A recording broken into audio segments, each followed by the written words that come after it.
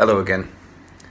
Today I'm going to focus on writing and speaking where you give examples and you compare things. So you'll see these phrases flashed up afterwards. Here are some phrases.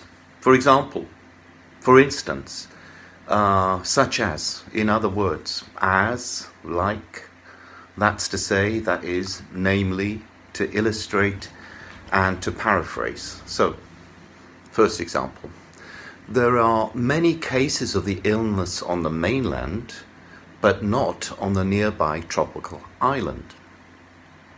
Cars such as Mercedes, Porsche and BMW are the most expensive cars to buy in this country.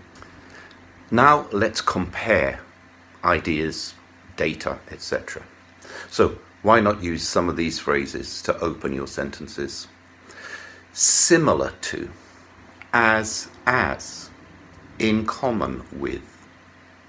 Phrases like also, either or, neither nor. At the same time, just as, resemble, in the same way. A few sentences to illustrate what I'm talking about.